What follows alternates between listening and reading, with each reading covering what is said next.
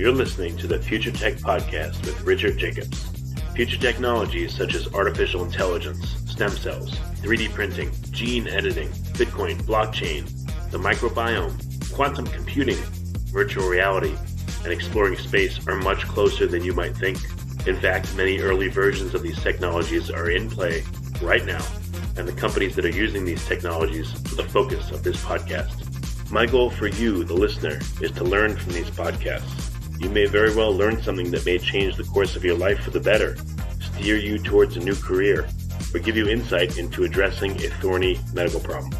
Remember, this podcast and its content is informational in nature only. No medical, tax, legal, financial, or psychological advice is being given. If you've enjoyed the podcast, please listen, subscribe, like, and tell your friends about it. Thank you.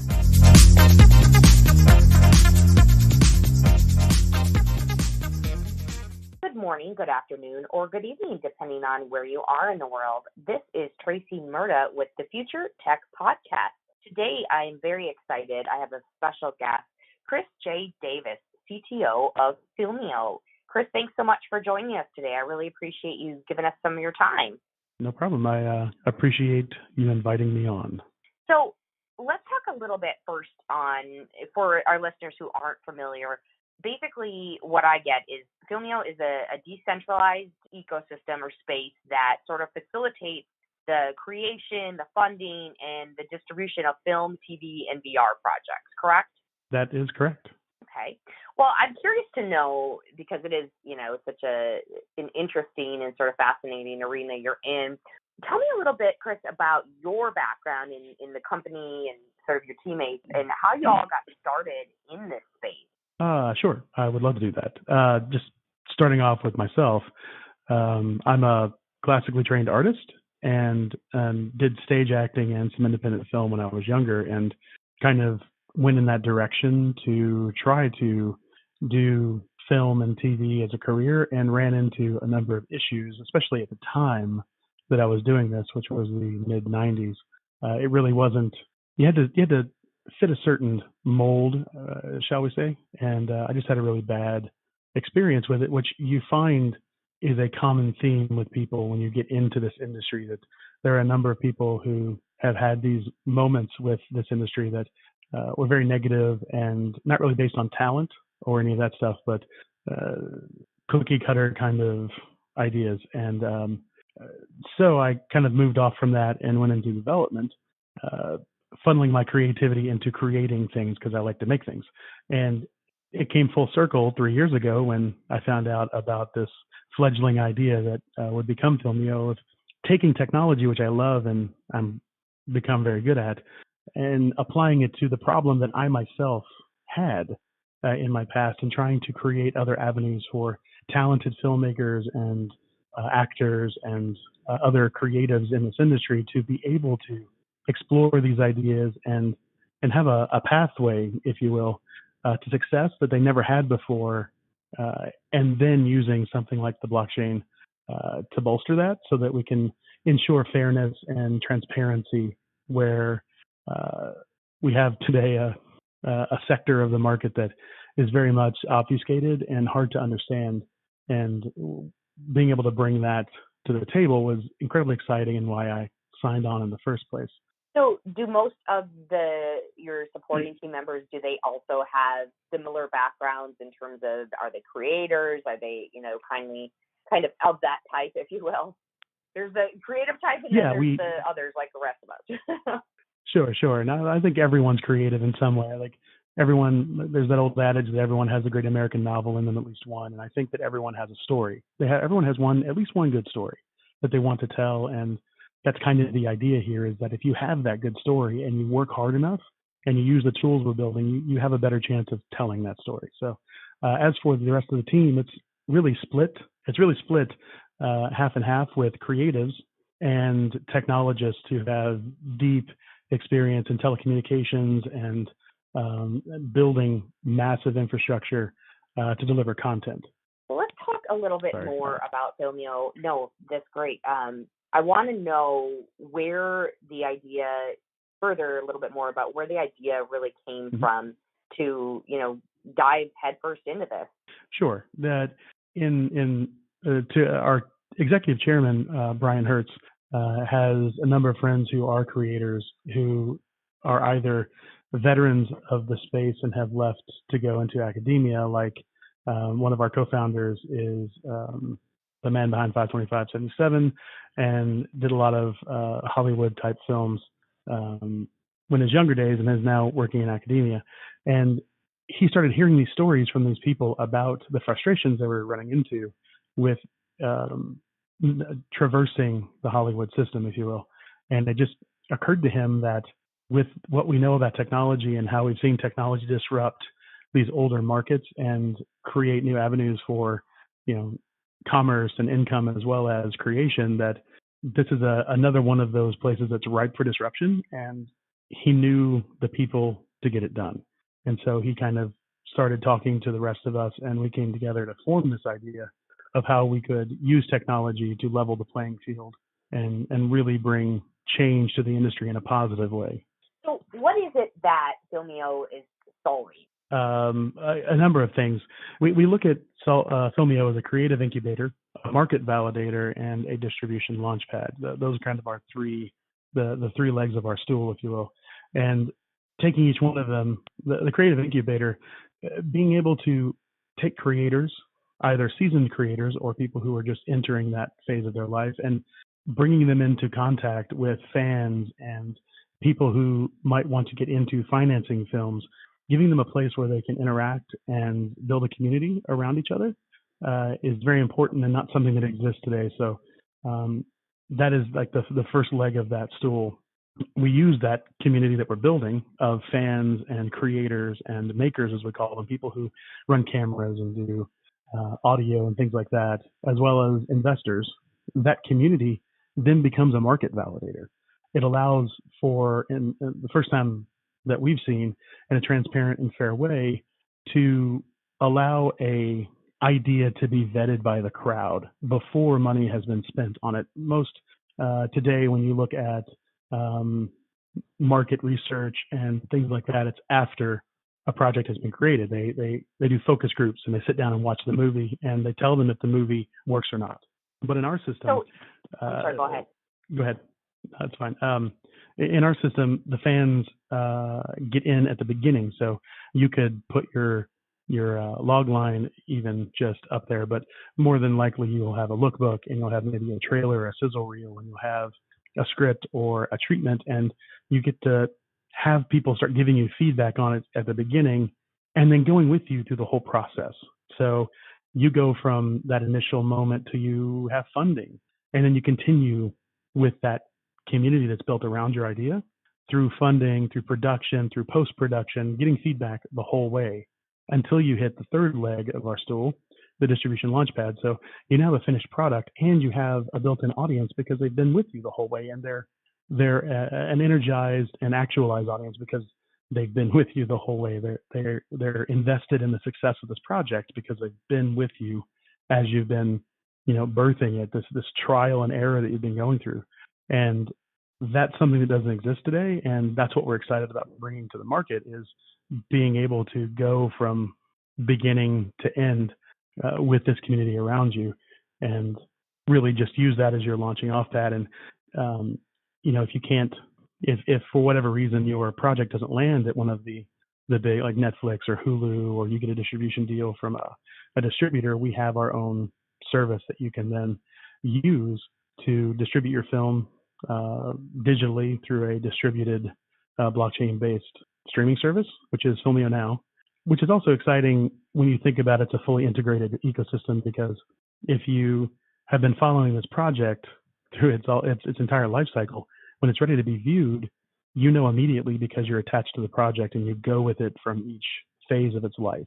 And it makes it very easy to be able to watch the film, and then when the next project from this creator happens, you're already kind of locked in. So why hasn't this been done before? Is it a question of the technology wasn't there? Is it a question of the studios and directors and such, they didn't want that kind of feedback and just kind of wanted to, keep piling out these cookie cutter movies? I mean, what do you think is the reason that, this kind of thing hasn't been around in some form or fashion before, or has it? Sure. I mean, you've to answer your last question first, there have been a number of attempts at something like this, and you've had, I mean, you could consider Kickstarter, for instance, or Indiegogo a part of this. They allow you to raise money to produce content and have a community come up around it, but it's more about funding and not about, for instance, validation. So, and then there's no distribution at the end. You're still left to your own devices after that. I think we haven't seen anything like this before for a number of reasons. It's market conditions. There are so many places clamoring for content today that we've never had before. You have places like Netflix and Hulu, and Disney is starting their streaming service, and DC has a streaming service, and CBS has a streaming service, and that's kind of the future. And all of these services are going to need content. That they're gonna live or die on their content, and there's only so much they can create in house. So you're seeing a market happen before your eyes, really, that is driving this need for content. I mean, Apple is snapping up original content left and right for something they're going to do this year or next. So you have so many options if you could just get your project made. And so that's driving a lot of interest in finding ways to automate or simplify the process of filmmaking so that we can serve this great, voracious need that's happened over the last 3 years. Technology itself has come to a level and a place where it's evolved enough and powerful enough, and broadband in people's homes has penetrated fast enough that there's enough people in America, for instance, that has fast enough internet to really stream high quality movies and TV shows for the first time. So it's just this whole perfect storm that's coming together, and we feel like we've over the last 3 years have been riding the crest of that and are ready to kind of go big right at the opportune moment. Okay, walk me through the life cycle of a product, or excuse me, a project. Like, give me an example of, something from its inception to making it all the way through to actually being made, if you can. I know that's probably a huge question and answer, but if you can kind of just summarize it, for myself and the listeners, just give us an idea of what goes into it. Yeah, perfect. Yeah, I can definitely do that. So if you go, we'll take a movie because it's kind of the easiest of these because it's a singular thing. So I have an idea for a movie, and I have a treatment, which is maybe a 4 or 5 page kind of description of the movie and its high points and the beats that happen. Not a script, but something descriptive. And I have a friend who is a graphic designer, and they help me put a lookbook together, which is just a PDF kind of giving high points in an attractive visual way that goes along with that treatment. I come to Filmio, I create an account, and tell the system that I'm a creator, and I can create a project. And that allows me to, in some sense, kind of, you can think of it like a page on Facebook or LinkedIn or somewhere like that. It's a place for this project to live, and it will have a place for updates. It has a place for me to attach any crew or actors that I have been able to attach to it. It has a place for me to upload these things like a sizzle reel or a trailer if it's on YouTube, and link that in, add posters if I have them, all of these things, create a package, if you will, of what this is. And then we have tools in it. Then we have tools that allow you to share that to your social graphs. So Twitter, Facebook, LinkedIn, YouTube, wherever you authenticate to, so that you can start building a community. You can start inviting people to come in and rate and evaluate your project. And a rating system is a simple 0 to 5 stars with a comment, kind of like you would have on Amazon. It's rating it from a general perspective. But once you do that, you unlock the ability to give it an in-depth evaluation, which has, depending on the project and how you're doing it, maybe 10 or 20 different areas that you can really go into depth on, like if there's a lookbook of costumes, then you can look through and go, okay, I like the direction they're going in the costumes. I'll give that an 8 out of 10. The story is awesome. It's a 10 out of 10. The director attached, I'm not really excited about that because their last movie didn't do well, and give that a 3 out of 10. You can go through all of these different things and evaluate the project, and that data becomes very valuable to a filmmaker because they can then start to see if they're getting low ratings and scores. Then they can start adjusting and reacting to that early as opposed to late. 3 or 4 months go by, and I have an amazing project. So it's scored really highly. on both of those, the evaluations and the scores. Thousands of people have shared it on Twitter and Facebook, and I now have a community of people attached to this project, either by voting, commenting, sharing. That's about 50,000. Let's just go with that. At that point, all of that data that's been generated, the votes, the evaluations, the sharing, the commenting, all of those things are combined into something we're calling the Go score. And it's a first of its kind validation metric, and it's based on a artificial intelligence algorithm that evolves with the platform itself and produces a score that we feel will reflect whether or not this idea, this concept is high quality or not. And when you hit a certain threshold with your Go score, you are then promoted to our green light showcase, is what we're calling it. And that is a place for token holders, because we have a tokenized economy, to be able to kind of vote with their token in some sense. They're not burning it or anything, they're not spending it, but every token they hold gives them one vote, for instance. They can then take that voting power they have and vote in the Greenlight Showcase whether or not this project should get funding. We as Filmio will have our own film fund that we will invest in ourselves, but we also have a protocol that's being developed that allows other, studios or funds to come in and be part of that showcase, so that if 10 films go in and 3 of them get voted by the token holders through, those 3 films are then in front of these people who have money that can then say, okay, there's a massive audience around it. There's a thriving community. People love this. The filmmaker's done a ton of work. She's put in the time and effort, and it's worth me investing in.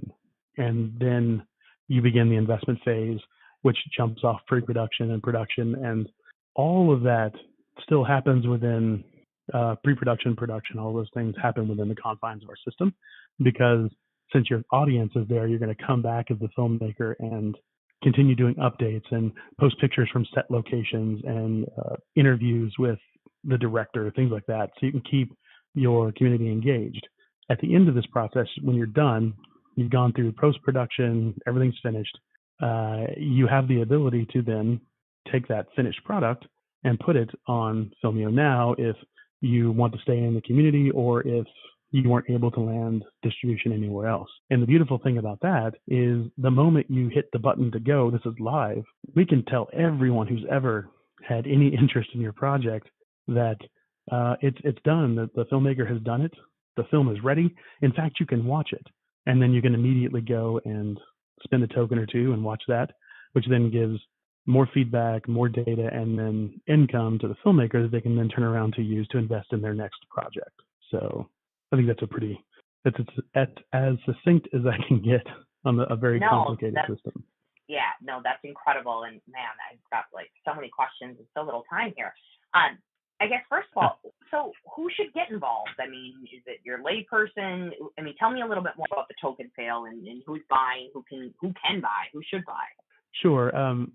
We're going to be, we saw the writing on the wall as far as ICOs and things like that go a year and a half, 2 years ago, and began the process of creating a security token and going that way so that we can be in compliance with everything in the U.S. So we're doing our token generation event will be for a security token, and that will have its own, it's still being decided because it's such a new concept, but more than likely you'll have to meet certain requirements in the U.S. to be able to participate, because it is security and all those laws apply.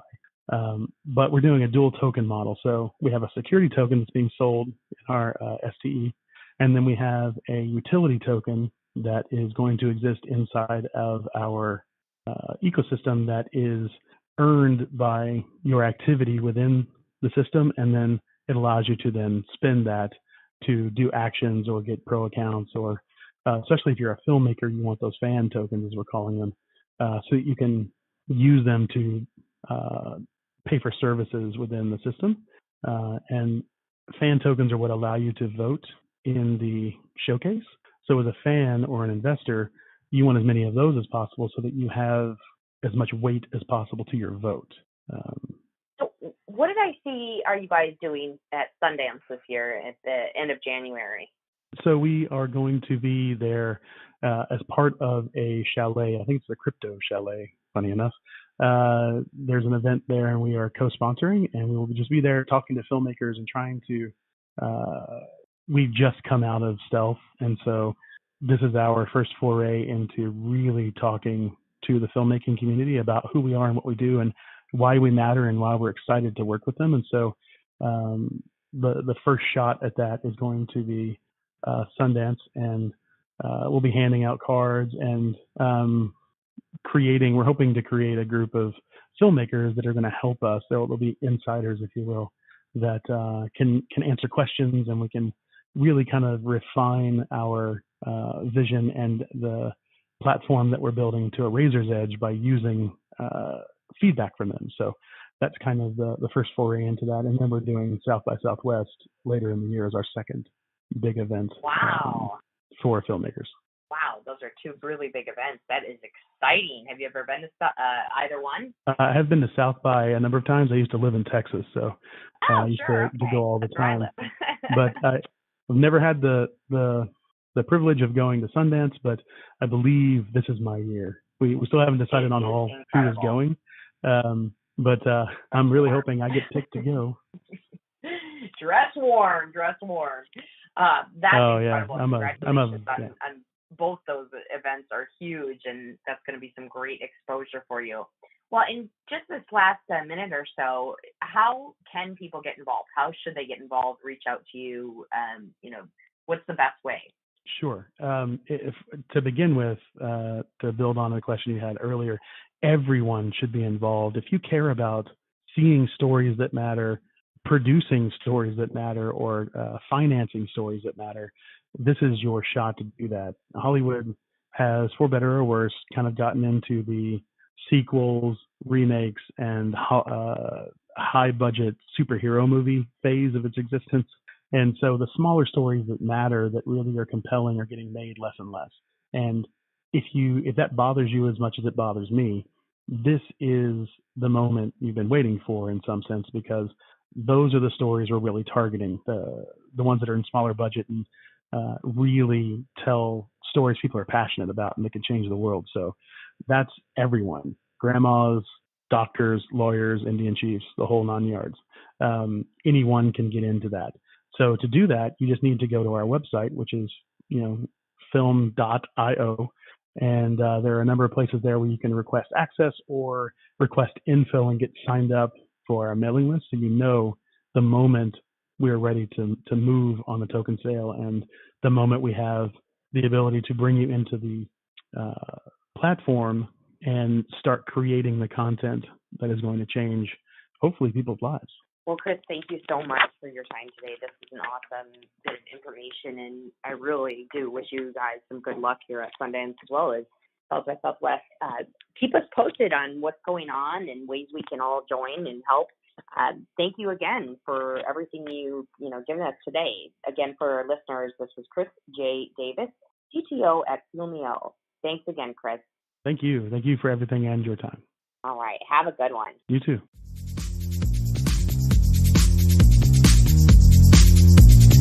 You're listening to the Future Tech Podcast with Richard Jacobs. Future technologies such as artificial intelligence, stem cells, 3D printing, gene editing, Bitcoin, blockchain, the microbiome, quantum computing, virtual reality, and exploring space are much closer than you might think. In fact, many early versions of these technologies are in play right now, and the companies that are using these technologies are the focus of this podcast. My goal for you, the listener, is to learn from these podcasts. You may very well learn something that may change the course of your life for the better, steer you towards a new career, or give you insight into addressing a thorny medical problem. Remember, this podcast and its content is informational in nature only. No medical, tax, legal, financial, or psychological advice is being given. If you've enjoyed the podcast, please listen, subscribe, like, and tell your friends about it. Thank you.